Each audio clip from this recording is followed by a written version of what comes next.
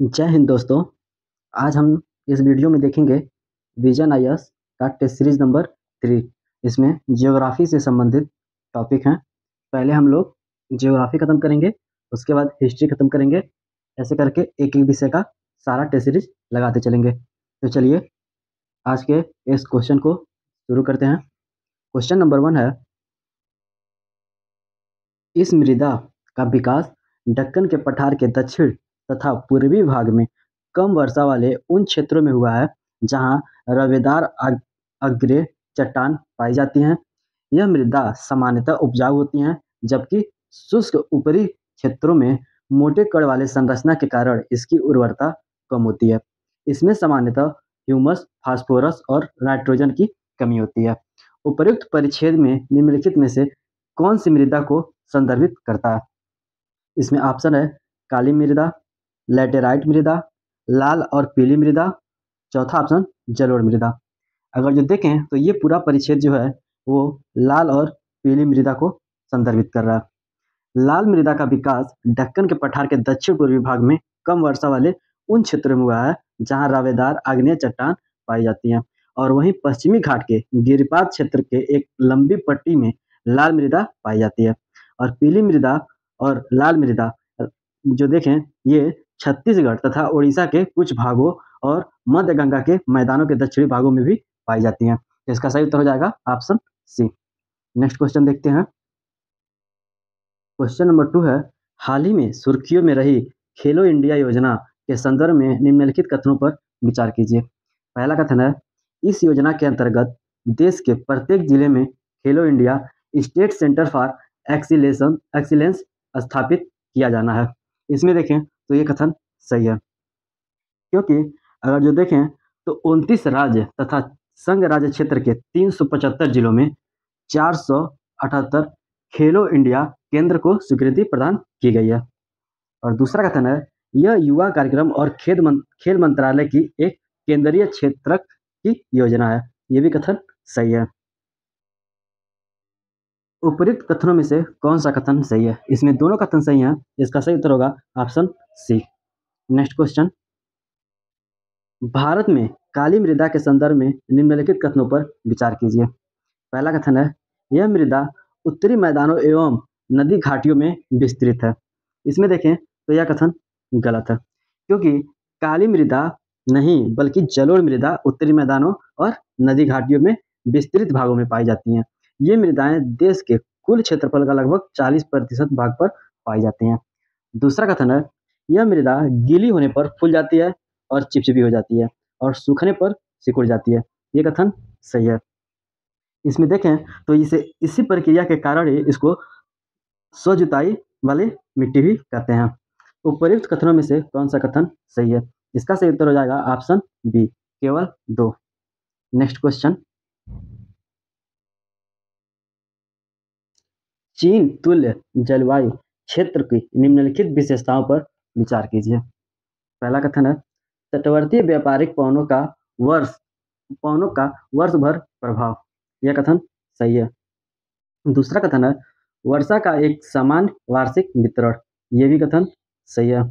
अब इसमें मैप में आपको समझा पाता, लेकिन मैं यहाँ पे लिया नहीं हूँ तो इसलिए नहीं समझा पा रहा, लेकिन इसमें ये दोनों कथन सही है। उपर्युक्त कथनों में से कौन सा कथन सही है?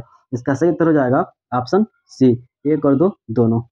नेक्स्ट क्वेश्चन, तापमान व्युत्क्रमण के संदर्भ में निम्नलिखित कथनों में से कौन से कथन सही हैं? इसमें पहला कथन है, सर्दियों की सुबह तापमान के व्युत्क्रमण कारण घना कोहरा होता है। यह कथन सही है। अगर जो देखें इसमें तो भूपृष्ठ व्युत्क्रमण वायुमंडल के निचले स्तर में स्थिरता को बढ़ाता है।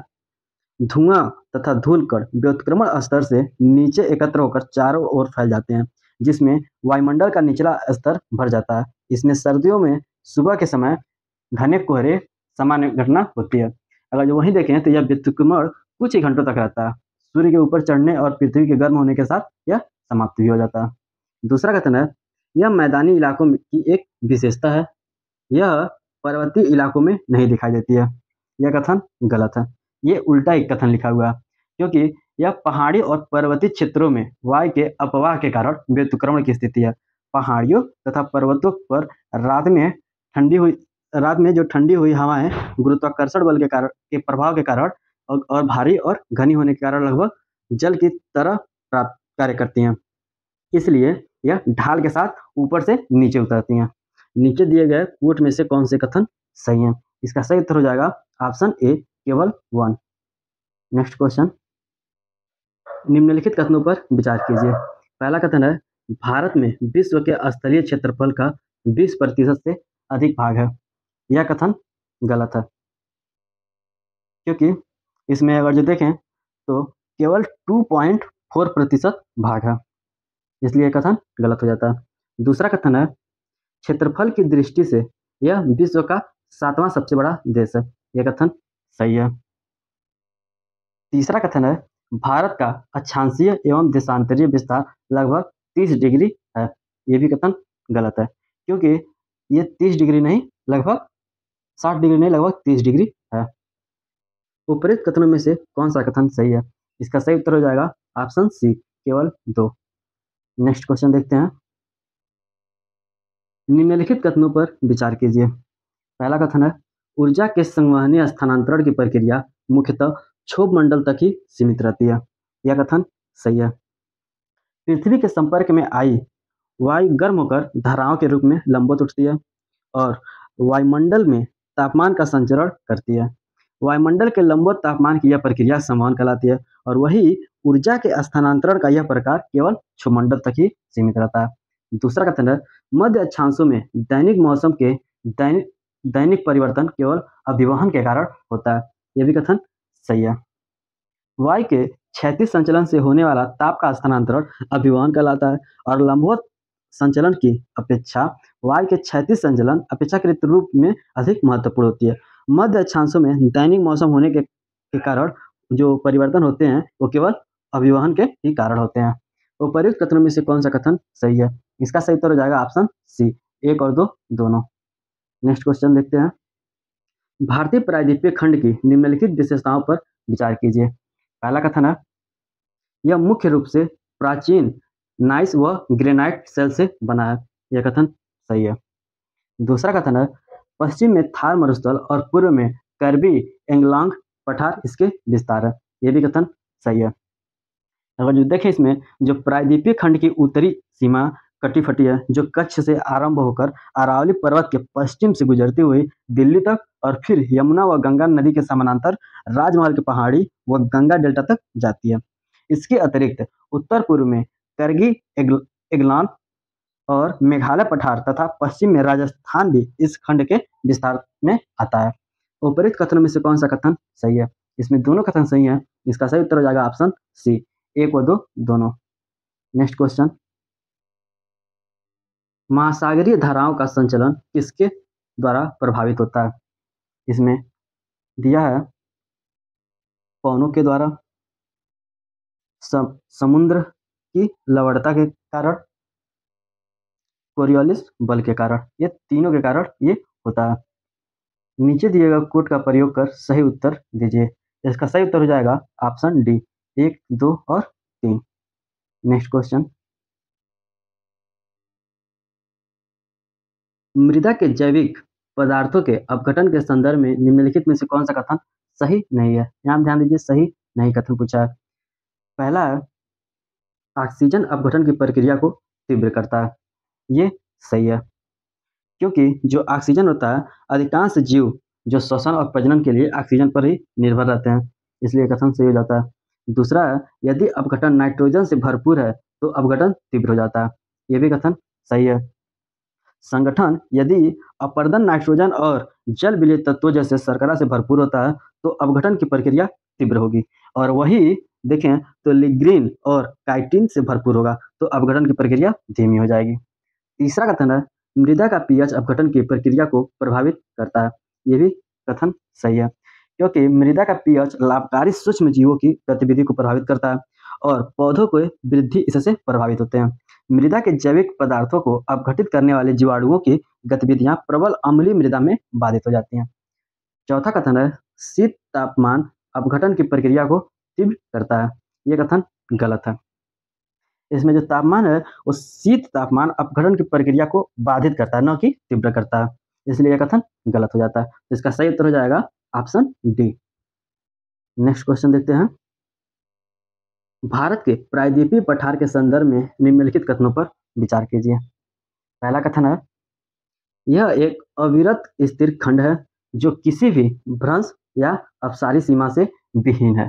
यह कथन गलत है, क्योंकि इसमें अगर जो देखें तो जो प्रायद्वीपीय भारत है, प्रायद्वीपीय भारत की अधिकांश नदियां पश्चिम से पूर्व की ओर बहती हैं और पश्चिम से पूर्व की ओर प्रायद्वीपीय की सामान्य ढाल प्रवणता को दर्शाती हैं। वहीं नर्मदा तापी इसके अपवाद भी हैं, जो अपसारी सीमा के कारण निर्मित हुई भ्रंश घाटियों में पूर्व से पश्चिम की ओर बहती हैं।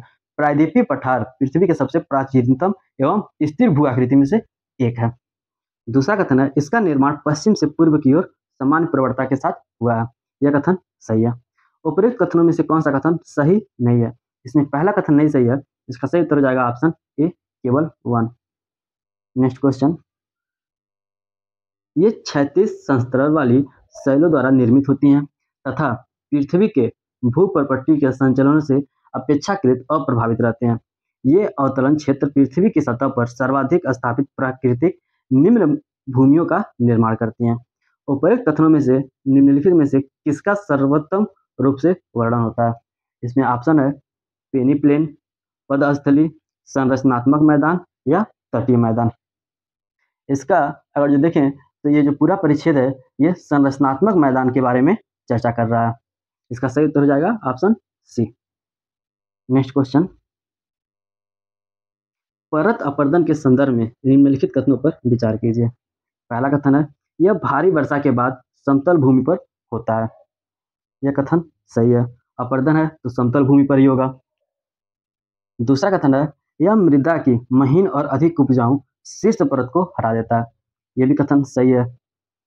इसमें अगर देखें, परत अपर्दन जो समतल भूमि पर मूसलाधार वर्षा के बाद होता है और इसमें मृदा घटना आसानी से दिखाई नहीं देता है, लेकिन यह अधिक हानिकारक भी है, क्योंकि इसमें मृदा के महीन और अधिक उर्वर जो शीर्ष परत है वो हट जाती हैं। तीसरा कथन है, इसके कारण उत्खात भूमि स्थलाकृति का निर्माण होता है।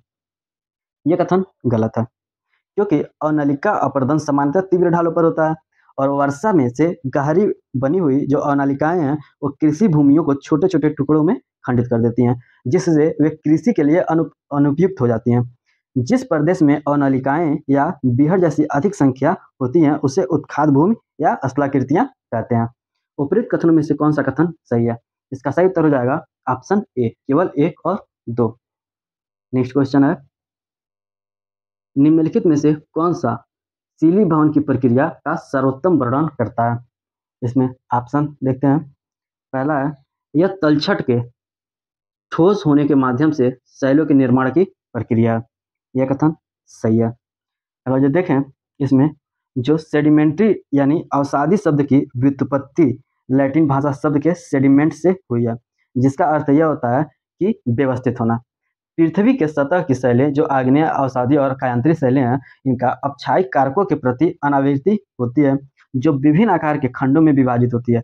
ऐसे उपखंडों के विभिन्न बहिर्जनिक कारकों के द्वारा संवहन व निक्षेपण होता रहा। उसी से अगर जो देखें तो जो निक्षेपण होता है तो संघनन और ठोस होने से निक्षेपित पदार्थ जो होते हैं वो शैलों में परिणत हो जाते हैं। इस प्रक्रिया को ही शिलीभवन कहते हैं। ये कथन सही है, तो इसका सही उत्तर ये ही हो जाएगा। बाकी नीचे कूट दिया नहीं है, तो ये बाकी 3 ऑप्शन हैं वो गलत हो जाएंगे। ये इसलिए मैं नहीं पढ़ रहा हूँ कि टाइम बचेगा, और यहाँ पर भी और जब आप एग्जामिनेशन हॉल में बैठेंगे वहाँ पर भी। नेक्स्ट क्वेश्चन है, निम्नलिखित कथनों पर विचार कीजिए। पहला कथन है, प्रायद्वीपीय भारत के ऊपर पूर्वीय जटधारा का आरंभ होना।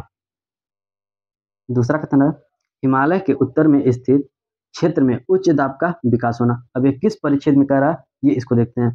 भारत में शीत ऋतु के दौरान उपर्युक्त में से कौन सी मौसमी परिघटनाएं देखी जाती हैं? इसमें देखें तो प्रायद्वीपीय भारत के ऊपर पूर्वी जटधारा का आरंभ होना ये नहीं देखा जाता है, क्योंकि पूर्वी जटधारा जो होती है वो ग्रीष्म ऋतु के दौरान जून माह में प्रायद्वीपीय के दक्षिण भाग से होकर गुजरती है। इसलिए यह कथन गलत है। दूसरा कथन है हिमालय के उत्तर में स्थित क्षेत्र में उच्च दाब का विकास होना। ये कथन सही है। हिमालय के उत्तर में स्थित क्षेत्र में उच्च दाब की स्थिति विकसित होती है। तो इसका सही उत्तर होगा ऑप्शन बी, केवल 2। नेक्स्ट क्वेश्चन, पूर्वी जेट धारा के संदर्भ में निम्नलिखित कथनों पर विचार कीजिए। पहला कथन है दक्षिण पश्चिमी मानसून अवधि के दौरान पूर्वी जेट धारा दक्षिण की ओर स्थानांतरित हो जाती है। ये कथन साफ ही गलत है, क्योंकि जून के माह में प्रायद्वीपीय के दक्षिणी भाग से एक पूर्वी जेट धारा प्रवाह जो अधिकतम 90 किलोमीटर प्रति घंटा की गति से चलता है, और यह जेट प्रवाह अगस्त में 15 डिग्री उत्तरी अक्षांश पर और सितंबर में लगभग 22 डिग्री उत्तरी अक्षांश पर स्थिर होता है। पूर्वी पवनें सामान्य तौर पर उत्तरी वायुमंडल में 30 डिग्री उत्तरी अक्षांश की तरफ तक इनका विस्तार नहीं होता। इसलिए दक्षिण पश्चिमी मानसून अवधि के दौरान पूर्वी जेट धारा का प्रभाव उत्तर की ओर बढ़ता है। दूसरा कथन है पूर्वी जेट धारा भारत में उष्णकटिबंधीय चक्रवातों को लाने हेतु उत्तरदायी है। यह कथन सही है। पूर्वी जेट धारा है वो उष्णकटिबंधीय चक्रवातों को भारत में लाती हैं। ये चक्रवात भारतीय उपमहाद्वीप में मानसूनी वर्षा के वितरण में महत्वपूर्ण भूमिका भी निभाते हैं। इन चक्रवातों के मार्ग में पड़ने वाले क्षेत्र भारत में जो सर्वाधिक वर्षा वाले क्षेत्र होते हैं। उपरोक्त कथनों में से कौन सा कथन सही है? इसका सही उत्तर हो जाएगा ऑप्शन बी, केवल 2। नेक्स्ट क्वेश्चन, निम्नलिखित युग्मों पर विचार कीजिए। एक तरफ वानिकी के प्रकार लिखा हुआ है और दूसरी तरफ उनके अर्थ लिखे हुए हैं। इसमें देखें तो पहला है जो कृषि वानिकी, यानी इसका अर्थ ये हुआ कि एक ही भूमि पर वृक्षों और कृषि फसलों को उगाना, इसका ये सही अर्थ है। दूसरा है फार्म वानिकी, इसमें अपनी कृषि भूमि पर व्यावसायिक और गैर व्यावसायिक क्षेत्रों के लिए वृक्ष लगाना, ये भी इसका सही अर्थ है। तीसरा इसमें दिया हुआ है शहरी वानिकी, शहरी केंद्र और उसके आसपास सार्वजनिक एवं निजी स्वामित्व वाली भूमि पर वृक्ष लगाना, शहरी वानिकी का ये भी सही अर्थ है। उपरोक्त युग्मों में से कौन सही सुमेलित है? इसका सही उत्तर हो जाएगा ऑप्शन ए, 1, 2 और 3। नेक्स्ट क्वेश्चन देखते हैं। ज्वार भाटा के संदर्भ में निम्नलिखित कथनों पर विचार कीजिए। पहला कथन है प्रत्येक 24 घंटे की अवधि में 2 उच्च ज्वार और 2 निम्न ज्वार आते हैं। ये कथन सही है, क्योंकि इसमें जो देखें प्रत्येक 24 घंटे की अवधि के दौरान 2 उच्च ज्वार और 2 निम्न ज्वार आते हैं। जो ज्वार के पूर्वनाम्यता जो है या अवर्तना और बहिर्निवृत्ति के दौरान जल के तेज गति से तट के किनारे रहने वाले समुदायों को नवीकरणीय ऊर्जा का स्रोत भी प्रदान करती हैं। दूसरा कथन है ज्वार भाटा पृथ्वी, चंद्रमा, सूर्य की स्थिति के कारण घटित होती है। यह भी कथन सही है, और इसकी स्थिति यही सही ज्ञान भी है, क्योंकि इसलिए ज्वारों का पूर्वानुमान लगाया जा सकता है इस स्थिति के कारण ही। यहाँ नौ संचालकों और मछुआरों को उनके कार्य संबंधी योजनाओं में मदद मिलता है। तीसरा कथन है यह ज्वार नदमुखों से प्रदूषित जल को हटाने में सहायक होते हैं। यह भी कथन सही है। उपर्युक्त कथनों में से कौन सा कथन सही है? इसका सही उत्तर होगा ऑप्शन डी, 1, 2 और 3। नेक्स्ट क्वेश्चन, बोल्ट्जमैन पदक के संदर्भ में निम्नलिखित कथनों पर विचार कीजिए। पहला कथन है यह सांख्यिकी भौतिक में उत्कृष्ट उपलब्धियों को सम्मानित करने के लिए 3 वर्ष में एक बार प्रदान किया जाता है। यह कथन सही है।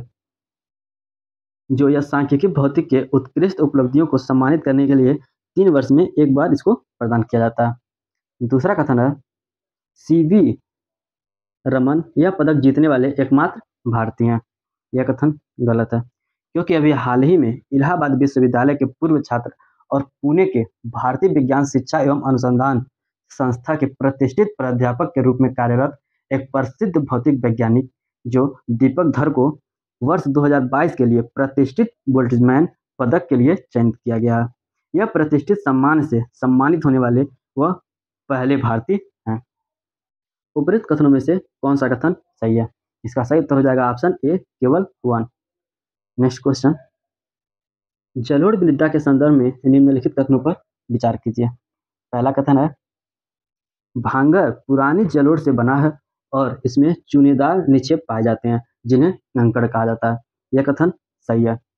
जो उत्तरी मैदान का सबसे विशालतम भाग पुराने जलोढ़ से निर्मित है। ये नदियों के बाढ़ वाले मैदान के ऊपर स्थित है तथा वेदिका जैसे आकृति प्रदर्शित करता है। इसी भाग को भांगर के नाम से जाना जाता है। इस क्षेत्र में मृदा के चूनेदार निक्षेप पाए जाते हैं, जिन्हें स्थानीय भाषा में कंकड़ कहते हैं। दूसरा कथन है, खादर बाढ़ वाले मैदानों में नए निक्षेप और ये उपजाऊ होते हैं। ये भी कथन सही है। बाढ़ वाले मैदान के जो नए युवा निक्षेप को खादर कहा जाता है। इसका लगभग प्रत्येक वर्ष पुनर्निर्माण होता रहता है और इसलिए ये उपजाऊ भी होते हैं। इस प्रकार ये गहन कृषि के लिए एक आदर्श स्थिति मानी जाती है। उपर्युक्त कथनों में से कौन सा कथन सही है? इसका सही उत्तर हो जाएगा ऑप्शन सी, 1 व 2 दोनों। नेक्स्ट क्वेश्चन, निम्नलिखित कथनों पर विचार कीजिए। पहला कथन है,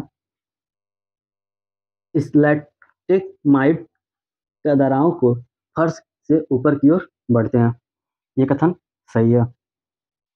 जो स्टैलेक्टाइट जो विभिन्न मोटाइयों में जो लटके हुए हैं, इसमें जो फर्श से ऊपर की ओर बढ़ते हैं। वास्तव में अगर जो देखें तो स्टैलेक्टाइट जो लाइट कंदराएं हैं, ये छत से धरातल पर लटक पाए जाने में चूना मिश्रित जल से बने होते हैं और स्टैलेक्टाइट के ठीक नीचे पतली पाइप की आकृति भी बनती है। दूसरा है, स्टैलेक्टाइट छत से लटकते हुए बनते हैं। ये भी कथन सही है। उपरोक्त कथनों में से कौन सा कथन सही है? इसमें दोनों कथन सही हैं। इसका सही उत्तर हो जाएगा विकल्प सी, 1 व 2 दोनों। नेक्स्ट क्वेश्चन, एशियाई शेर के संदर्भ में निम्नलिखित कथनों पर विचार कीजिए। पहला कथन है, इसे IUCN के लाल सूची में गंभीर रूप से संकटग्रस्त के रूप में सूचीबद्ध किया गया। ये कथन गलत है, क्योंकि एशियाई शेर को लाल सूची में संकटग्रस्त किया गया है। दूसरा कथन है, भारत में यह केवल गुजरात में पाए जाते हैं। ये कथन सही है। गुजरात के सौराष्ट्र क्षेत्र में गिर और अन्य संरक्षित क्षेत्रों में जो अधिवासित एशियाई शेर अफ्रीका के बाहर विश्व में शेरों का एकमात्र जंगली समाविष्ट है। तीसरा कथन है, सिम्बा एक प्राकृतिक बुद्धिमत्ता आधारित सॉफ्टवेयर है जो अलग अलग एशियाई शेरों की पहचान करने के पैटर्न को अलग करता है। ये भी कथन सही है। इसमें देखें तो हाल ही में गुजरात वन विभाग सिम्बा या software with intelligence marking based identification of Asiatic Lions का उपयोग करके इस योजना बनाई है। उपरोक्त कथनों में से कौन सा कथन सही है? इसमें पहला और दूसरा कथन सही है। इसका सही उत्तर हो जाएगा ऑप्शन बी, 1 व 2 और 3। नेक्स्ट क्वेश्चन, भारत के असैन्य परमाणु समझौते का उद्देश्य परमाणु ऊर्जा के शांतिपूर्ण प्रयोग के लिए पारस्परिक रूप से लाभकारी आर्थिक, वैज्ञानिक और तकनीकी सहयोग विकसित करता है। इस संदर्भ में निम्नलिखित में से किन देशों के साथ भारत के असैन्य परमाणु समझौते हैं? Australia, Canada, Israel, Japan, Vietnam. इसमें देखें तो ऑस्ट्रेलिया के साथ समझौता है ही, कनाडा के साथ भी है, इजराइल के साथ नहीं है, जापान के साथ है और वियतनाम के साथ है। वर्ष 2005 में भारत ने संयुक्त राज्य अमेरिका के साथ एक परमाणु समझौते पर हस्ताक्षर किए थे। तब से देश के अन्य देशों ने इसके साथ परमाणु सहयोग की कूटनीति पर एक महत्वपूर्ण पहलू बना दिया। वर्तमान में भारत के 14 देशों के साथ असैन्य परमाणु समझौते हैं। जो नियम है वो अर्थों के साथ साथ भिन्न भिन्न भी हैं। उपरोक्त नीचे दिए गए कूट का प्रयोग कर सही उत्तर का चयन कीजिए। इसमें सही उत्तर हो जाएगा ऑप्शन सी, 1, 2, 4 और 5, क्योंकि इजराइल के साथ नहीं हुआ है। नेक्स्ट क्वेश्चन, एल नीनो के संदर्भ में निम्नलिखित कथनों में से कौन सा कथन सही है? पहला कथन है, यह भूमध्य रेखीय उष्ण समुद्री धारा के विस्तार मात्र है जो अस्थायी रूप से ठंडी पेरुवियन धारा द्वारा प्रतिस्थापित हो जाती है। यह कथन सही है। दूसरा कथन है, एल नीनो की घटना के कारण भारतीय उपमहाद्वीप में दक्षिण पश्चिमी मानसून के आगमन में देरी होती है। यह भी कथन सही है। नीचे दिए गए कूट का प्रयोग कर सही उत्तर चुनिए। इसका सही उत्तर हो जाएगा ऑप्शन सी, 1 व 2 दोनों। नेक्स्ट क्वेश्चन, क्यूरोशिमा धारा के संदर्भ में निम्नलिखित कथनों पर विचार कीजिए। पहला कथन है, यह जापान के तट से प्रारंभ होकर उत्तर की ओर प्रवाहित होती है। यह कथन गलत है, क्योंकि क्यूरोसियो धारा जो फिलीपींस और ताइवान के पूर्वी तट से प्रारंभ होती है और जापान के उत्तर पूर्व की ओर प्रवाहित होती है, जहां यह उत्तरी प्रशांत धारा के पूर्वी प्रवाह के साथ मिल भी जाती है। दूसरा कथन है, यह उत्तरी प्रशांत महासागरीय धाराओं की एक चक्र गति या गायर, इसको कहते हैं, का भाग है।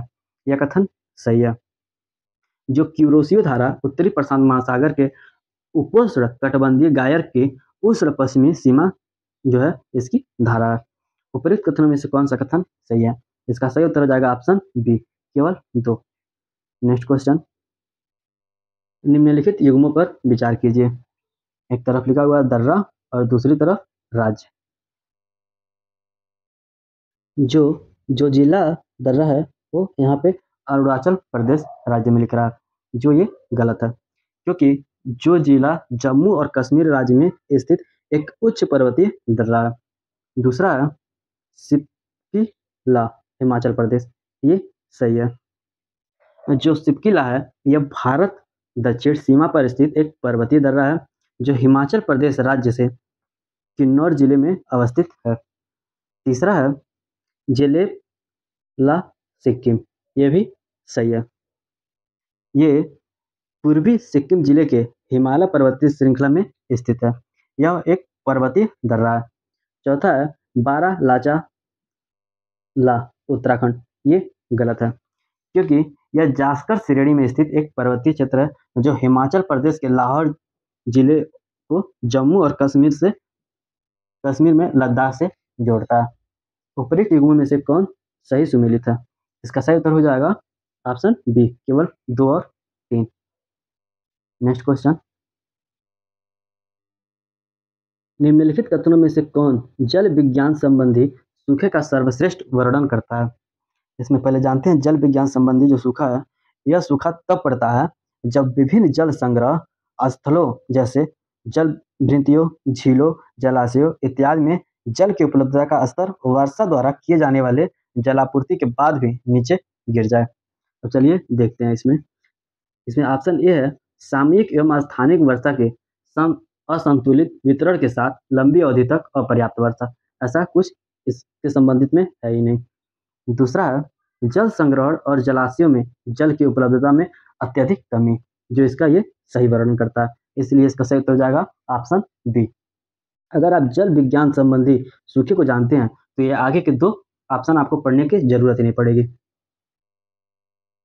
नेक्स्ट क्वेश्चन है, उत्तरी गोलार्ध में बहिर्उष्ण कटिबंधीय चक्रवातों के संदर्भ में निम्नलिखित कथनों पर विचार कीजिए। पहला कथन है, यह पूर्व से पश्चिम की ओर बढ़ते हैं। यह कथन गलत है। दूसरा कथन है, ये स्थल एवं समुद्र दोनों के ऊपर उत्पन्न हो सकते हैं। यहाँ पे संभावना व्यक्त के ये हो सकते हैं। जाहिर सी बात है कि वो जो है स्थल और समुद्र के दोनों के ऊपर हो सकते हैं, इसलिए इसको सही मान लेते हैं। मान क्या लेते हैं? है ही, क्योंकि इसमें देखें तो इन चक्रवातों का विस्तार जो है वो बहुत बड़े क्षेत्र पर होता है और यह स्थल और समुद्र दोनों के ऊपर उत्पन्न हो सकते हैं। उष्णकटिबंधीय चक्रवात में पवन का वेग बहुत अधिक होता है और यह अधिक विनाशकारी होते हैं। उत्तरी गोलार्ध में बहिर्उष्ण कटिबंधीय या शीतोष्ण कटिबंधीय चक्रवात पश्चिम से पूर्व की ओर बढ़ते हैं, न कि पूर्व से पश्चिम की ओर। उपर्युक्त कथनों में से कौन सा कथन सही है? इसका सही उत्तर होगा ऑप्शन बी, केवल 2। नेक्स्ट क्वेश्चन है, वायु परिसंचरण की दिशा के संदर्भ में निम्नलिखित कथनों पर विचार कीजिए। पहला कथन है, विषुवत रेखा पर पवन समदाब रेखा के समकोण पर बहती है। यह कथन सही है। विषुवत रेखा पर कोरियोलिस बल 0 होता है और पवनें हैं जो समदाब रेखा के समकोण पर बहती हैं। निम्न दाब अधिक गहन होने के बजाय पूरी हो जाता है। यही कारण है कि विषुवत रेखा के पास उष्णकटिबंधीय चक्रवात भी नहीं बनते हैं। दूसरा कथन है, कोरियोलिस बल ध्रुवों पर अधिक होता है और भूमध्य रेखा पर अनुपस्थित होता है। यह भी कथन सही है। उपर्युक्त कथनों में से कौन सा कथन सही है? इसका सही उत्तर हो जाएगा ऑप्शन सी, 1 व 2 दोनों। नेक्स्ट क्वेश्चन, निम्नलिखित पर्वतीय श्रेणियों में से कौन सी पूर्वी और पश्चिमी घाटों का मिलन स्थल है? जो ये प्रायद्वीपीय भारत है, ये पूछ रहा है कौन सा ये दोनों का मिलन स्थल है? तो जहाँ मिलन स्थल है ये नीलगिरी पर्वत पे ये मिलते हैं। इसका सही उत्तर हो जाएगा ऑप्शन ए, नीलगिरी की पहाड़ियाँ। नेक्स्ट क्वेश्चन, यह शुष्क विशिष्ट छाया वाला मरुस्थल है एवं यह ऊपरी अमेरिका का सबसे शुष्क मरुस्थल है।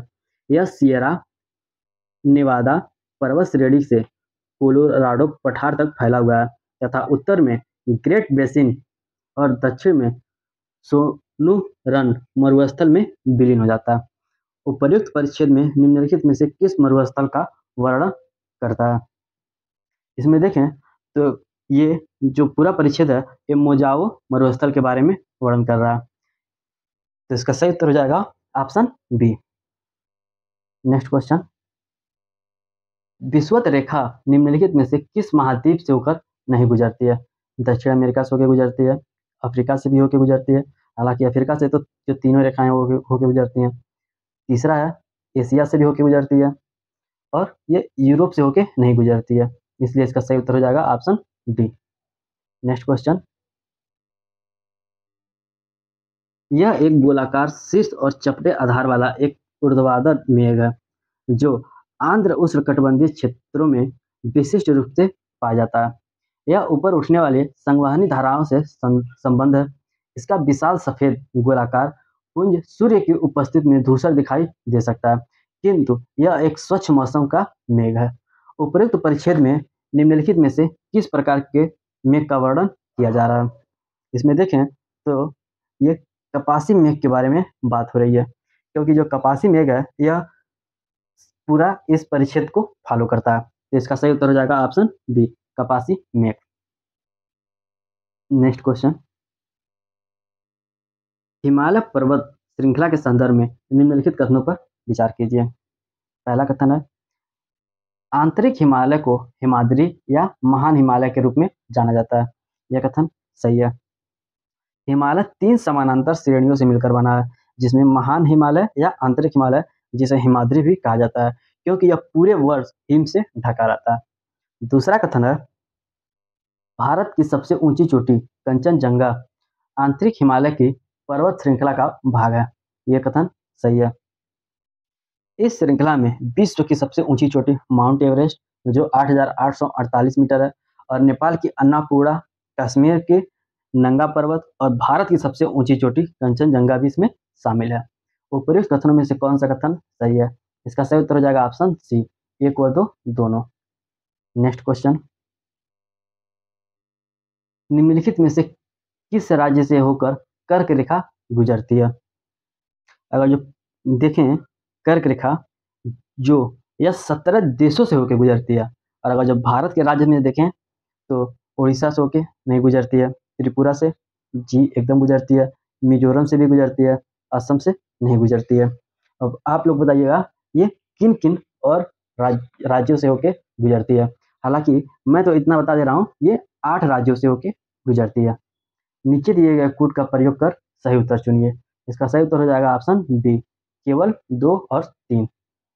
नेक्स्ट क्वेश्चन, जैविक हथियार अभिसमय के संदर्भ में निम्नलिखित कथनों पर विचार कीजिए।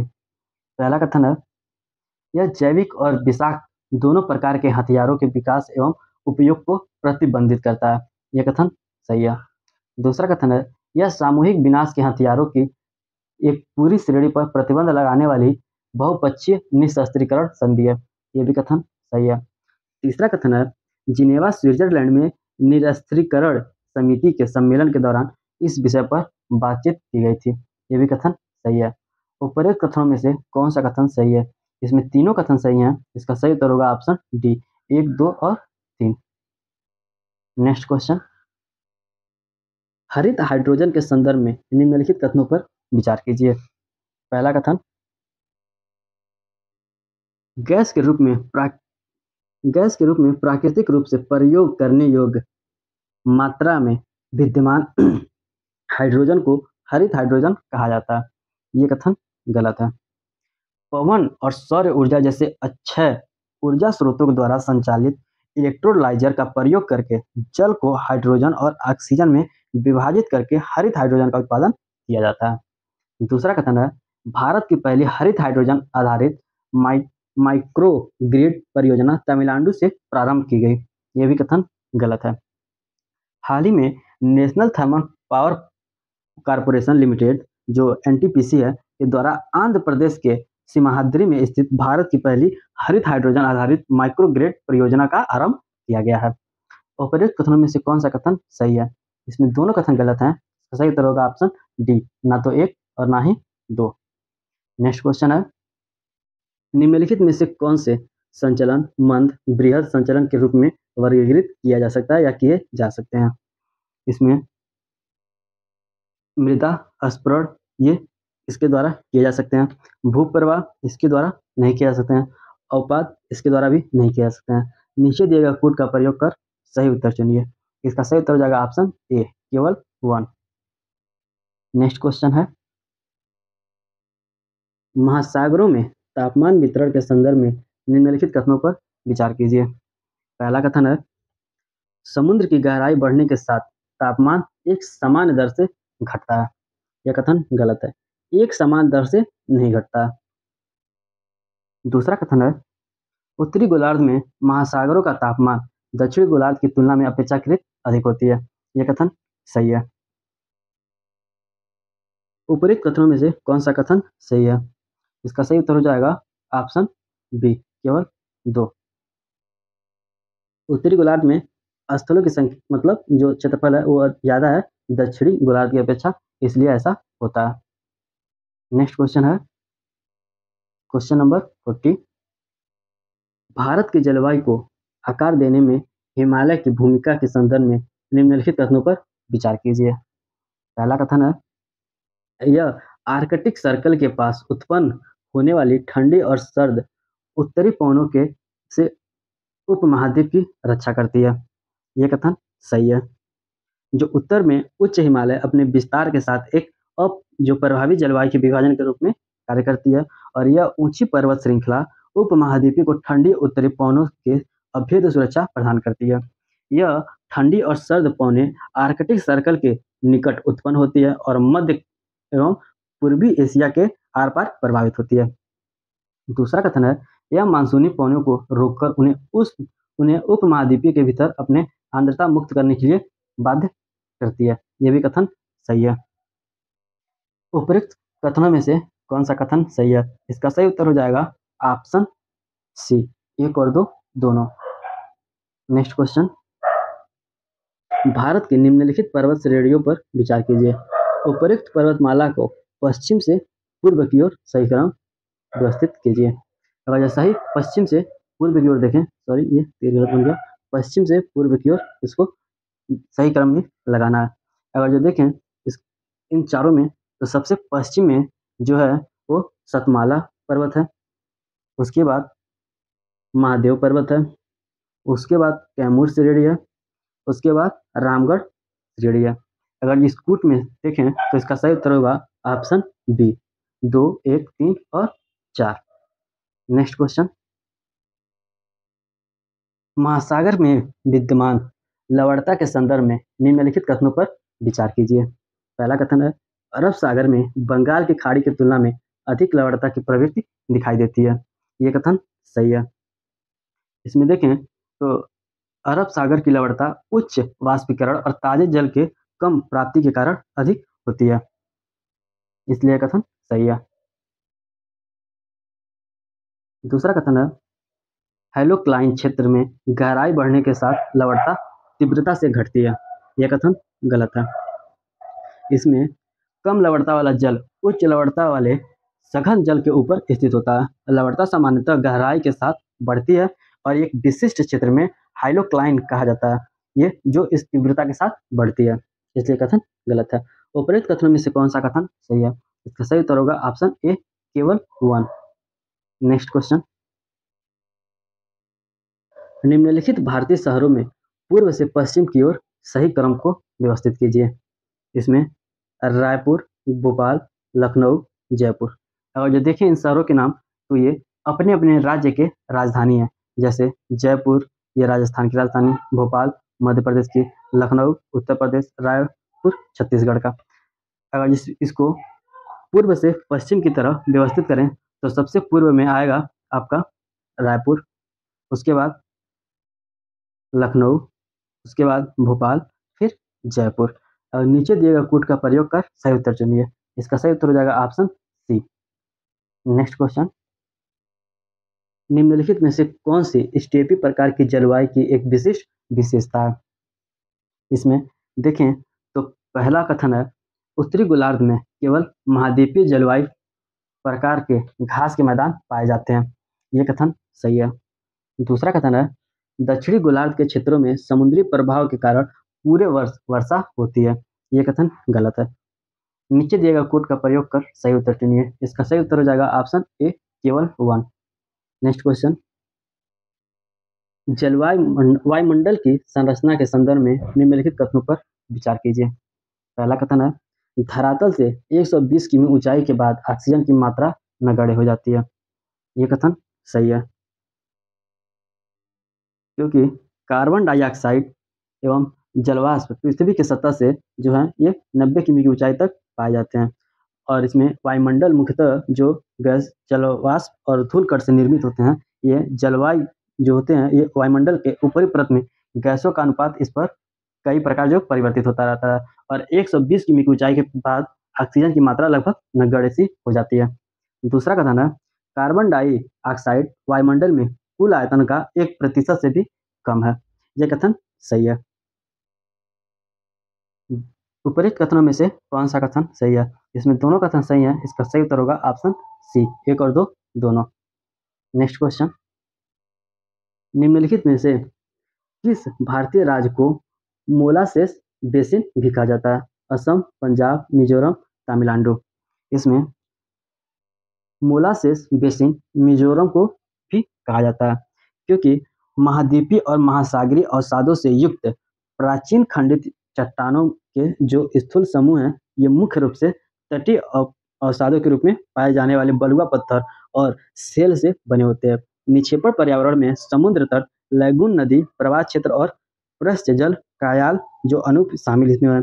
और मिजोरम को सेलासेस बेसिन के नाम से जाना जाता है, इसलिए क्योंकि यह मृदु गैस समेकित निक्षेपों से निर्मित है।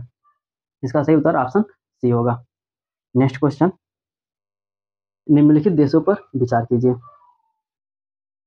उपरोक्त देशों में से कौन भूमध्य सागर के साथ अपना सीमा साझा करते हैं? भूमध्य देशों के साथ जो सीमा साझा करते हैं उसमें निम्न देश हैं, जैसे उसमें मैं कुछ देशों का नाम बता देता हूँ। जैसे स्पेन है, फ्रांस है, मोनाको, इटली, माल्टा, लेबनान, सीरिया, साइप्रस। अगर जो इन चारों की बात की जाए तो इन चारों में स्पेन है, साइप्रस है, जॉर्डन नहीं साझा करता है, सीरिया साझा करता है। तो इसमें जो जहाँ जहाँ 3 है इसको एलिमिनेट कर दें तो इसका सही उत्तर हो जाएगा ऑप्शन डी, 1, 2 और 4। नेक्स्ट क्वेश्चन, खगोल विज्ञान के संदर्भ में विजिल मिशन से संबंधित निम्नलिखित कथनों पर विचार कीजिए। इसमें पहला कथन है, यह मिशन यूरोपीय अंतरिक्ष एजेंसी की एक पहल है। ये कथन सही है। जो विजिल मिशन को पहले लैंग्रेज के नाम से जाना जाता है, यह यूरोपीय अंतरिक्ष एजेंसी का एक आगामी अंतरिक्ष मौसम मिशन है। यह मिशन का उद्देश्य हमारे सक्रिय और अप्रत्याशित सूर्य की निगरानी करना है, ताकि पृथ्वी पर स्थित महत्वपूर्ण बुनियादी ढांचों की रक्षा की जा सके और साथ ही अंतरिक्ष खोजकर्ताओं को उनके भीषण विस्फोटक से बचाया जा सके। दूसरा कथन है, यह पृथ्वी की कक्षा में आने वाले क्षुद्र ग्रहों की अग्रिम चेतावनी देता है। यह कथन गलत है। जबकि मैंने ये बताया ये सूर्य के बारे में है, तो ये पृथ्वी पे आने वाले की चेतावनी नहीं दे सकता। उपरोक्त कथनों में से कौन सा कथन सही है? इसका सही उत्तर होगा ऑप्शन ए, केवल 1। नेक्स्ट क्वेश्चन, अर्धचालक के संदर्भ में निम्नलिखित कथनों पर विचार कीजिए। पहला कथन है, यह तांबा या एल्यूमीनियम की तुलना में अधिक विद्युत का संचालन करते हैं। यह कथन गलत है। जो अर्धचालन होते हैं यह एक भौतिक उत्पाद है। इसमें सामान्य सिलिकॉन होता है। यह कांच जैसे विद्युत रोधी से अधिक, लेकिन तांबा एवं एल्यूमीनियम जैसे शुद्ध चालक से कम विद्युत का संचालन करते हैं। दूसरा कथन है, इनकी चालकता और अन्य गुणों को डोपिंग प्रक्रिया के माध्यम से अशुद्धियों को मिलाकर परिवर्तित किया जा सकता है। यह कथन सही है। इनकी चालकता और अन्य गुणों की अशुद्धियों को मिलाकर परिवर्तित किया जा सकता है। इसमें अपमिश्रित कहते हैं अगर इसको देखें तो। ये प्रक्रिया इलेक्ट्रॉनिक अवयव की विशिष्ट आवश्यकताओं को पूरा करने हेतु की जाती है। तीसरा कथन है, इसका प्रयोग कमोडिट इंटीग्रेटेड सर्किट, माइक्रो प्रोसेसर और मेमोरी चिप बनाने के लिए किया जाता है। ये भी कथन सही है। उपर्युक्त कथनों में से कौन सा कथन सही है? इसमें दूसरा और तीसरा कथन सही है। इसका सही उत्तर होगा ऑप्शन सी, केवल 2 और 3। आज का अंतिम क्वेश्चन देखते हैं। आगे के जो 50 क्वेश्चन होंगे वो अगले वीडियो में देखेंगे। तो चलिए आज का अंतिम क्वेश्चन देखते हैं। निम्नलिखित में से किस प्लेट सीमा के साथ भू प्रॉपर्टी तो नष्ट हो जाती है या निर्मित होती है? अभिसारी सीमा, अपसारी सीमा, रूपांतरण सीमा। इसमें देखें तो अभिसारी सीमा के साथ नष्ट हो जाती है या निर्मित होती है, और अपसारी सीमा के साथ, रूपांतरित के साथ ऐसा नहीं होता है। तो इसका सही उत्तर होगा ऑप्शन ए, केवल 1 और 2। अब मिलेंगे आपसे अगले वीडियो में इसी सीरीज के आगे के 50 क्वेश्चन के साथ। धन्यवाद।